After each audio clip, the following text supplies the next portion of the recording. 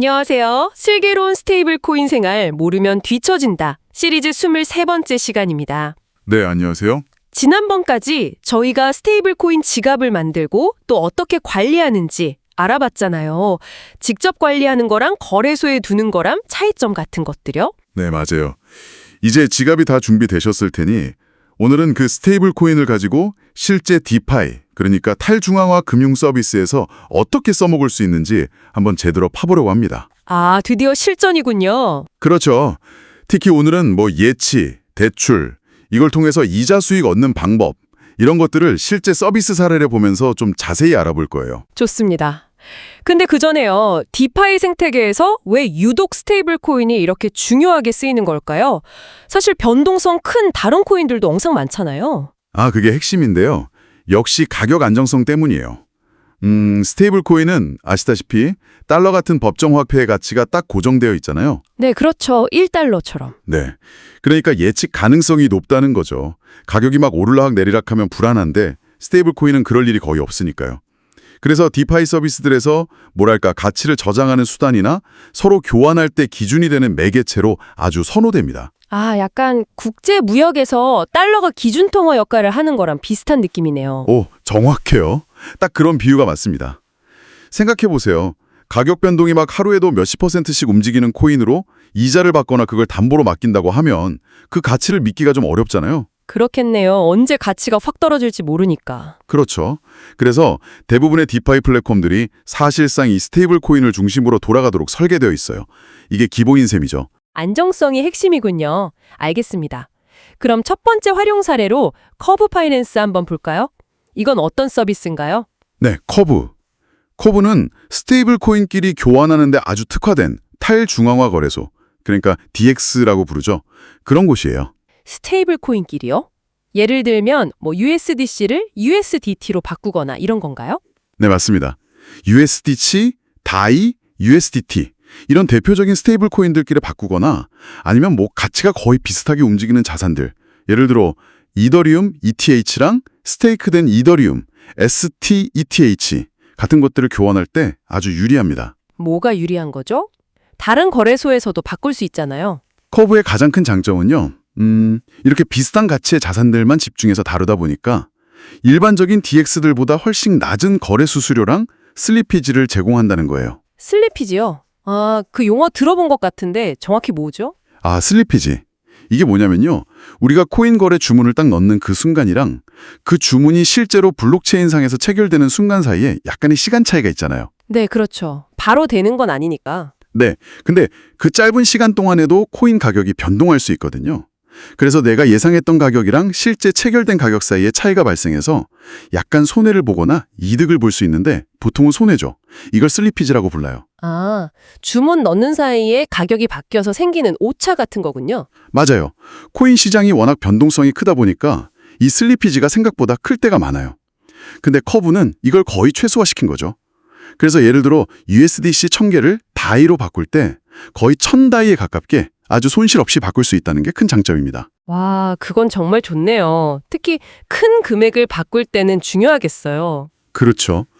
그리고 또 하나, 커브에서는 단순히 교환만 하는 게 아니라 내가 가진 스테이블 코인을 특정 풀, 예를 들어 스리풀고 불리는 USDC, DAI, USDT 풀 같은 곳에 예치를 할 수가 있어요. 유동성을 공급하는 거죠. 네, 유동성 공급. 그럼 뭐가 좋나요? 이렇게 유동성을 공급하면 다른 사람들이 그 풀에서 코인을 교환할 때 내는 거래 수수료의 일부를 내가 받을 수 있어요. 이자로 받는 거죠. 거기다가 추가로 커브 자체의 보상 토큰 같은 걸 또 주기도 하고요. 오, 이자 수익도 얻을 수 있군요. 그럼 어떻게 하는 건데요? 간단해요. 일단 커브 사이트에 자기 지갑을 연결하고요. 스리풀 같은 원하는 풀을 선택해서 가지고 있는 스테이블 코인을 예치하면 돼요. 그러면 LP 토큰이라는 걸 받게 되는데 이게 일종의 예치 증명서 같은 거예요. 영수증 같은 거네요. 네, 맞아요. 이걸 잘 가지고 있어야 나중에 내가 맡긴 돈을 다시 찾아가고 그동안 쌓인 이자도 받을 수 있는 거죠. 안정적인 교환에 이자 수익까지. 커브, 괜찮은데요? 다만 이자율이 아주 높지는 않다고 들은 것 같아요. 네, 그건 맞아요. 아무래도 스테이블 코인 기반이라 안정적인 만큼 뭐랄까 수익률 자체가 아주 폭발적이진 않아요. 안정성을 추구하는 분들에게 적합하죠. 알겠습니다. 자, 그럼 다음으로 에이브는 어떤가요?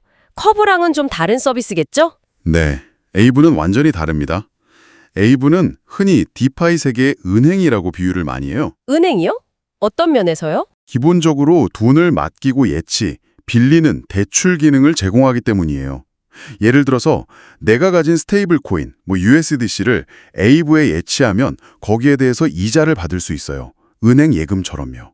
아, 예금 이자처럼요? 네. 그리고 더 나아가서 내가 예치한 그 USDC를 담보로 잡고 다른 종류의 스테이블 코인, 예를 들어 다이나 아니면 이더리움 같은 다른 암호화폐를 빌릴 수도 있어요. 아하, 예치한 자산이 담보가 되는 거군요.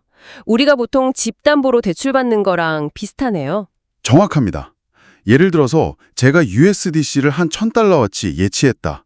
그러면 에이브 시스템이 그 가치의 일정 비율, 보통 70%에서 80% 정도, 그 정도까지 다른 자산을 빌릴 수 있도록 해줘요. 그러니까 한 $700에서 $800 상당의 DAI를 빌릴 수 있는 거죠. 그럼 이걸로 또 다른 투자를 할 수도 있겠네요? 그렇죠. 그게 바로 레버리지 효과를 노리는 건데요. 내가 가진 자본 이상으로 투자를 할 수 있는 기회가 생기는 거죠. 근데 여기서 정말 조심해야 할 게 있어요. 바로 청산 위험입니다. 청산이요? 그게 뭔가요? 좀 무서운데요? 네, 이게 중요해요.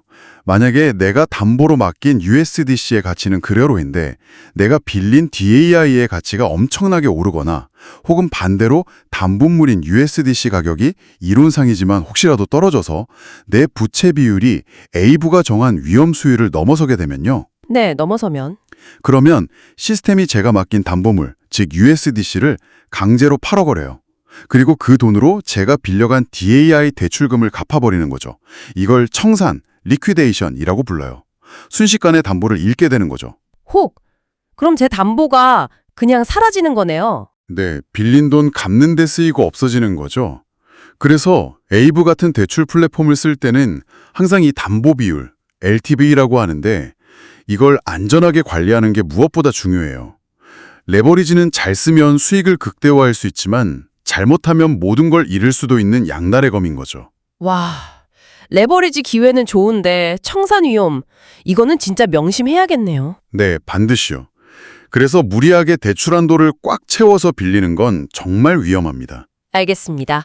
에이브는 예치와 대출, 그리고 레버리지와 청산 위험 기억하겠습니다. 자, 마지막으로 메이커다우는 스테이블 코인을 직접 만드는 곳이라고 들었어요. 네, 맞습니다.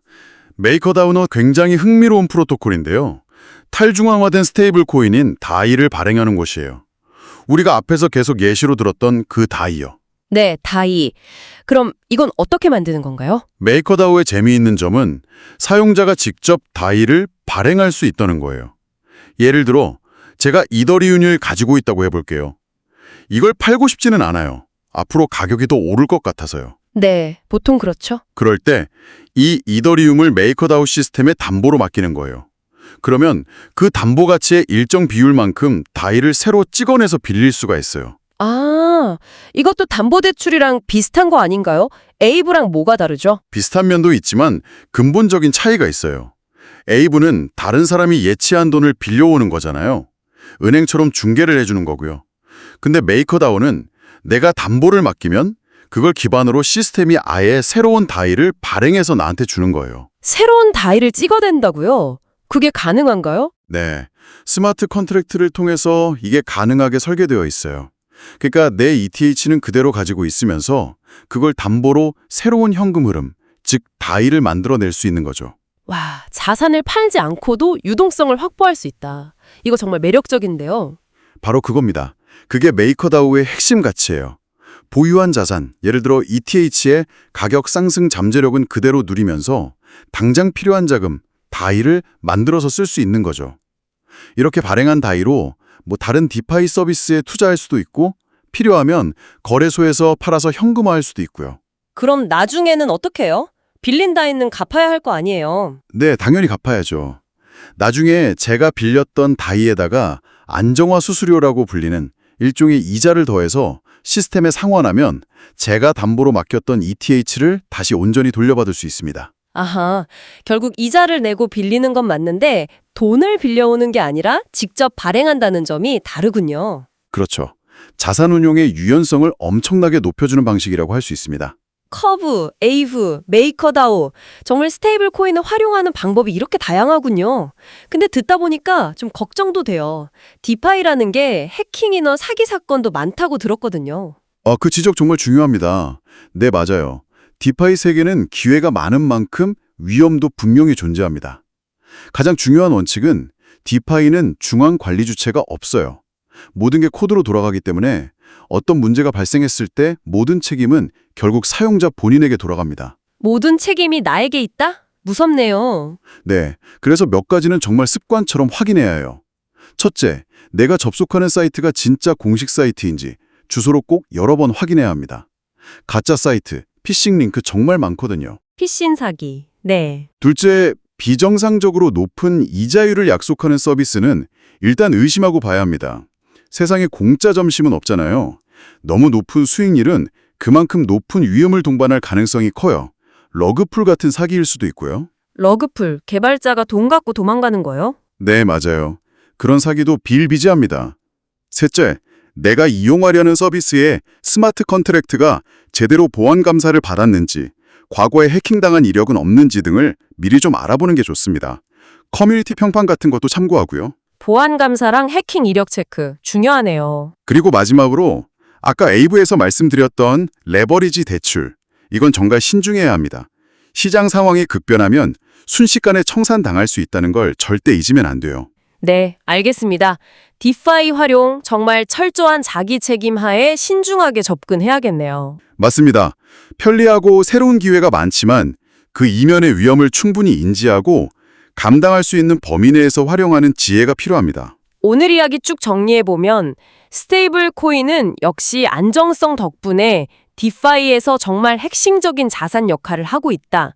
그리고 이걸 활용하는 대표적인 방법으로 커브에서는 교환과 이자 농사, 에이브에서는 예치와 담보대출, 그리고 메이커다오에서는 아예 직접 발행해서 유동성을 만드는 방법이 있다는 거네요. 네, 정확하게 요약해 주셨네요.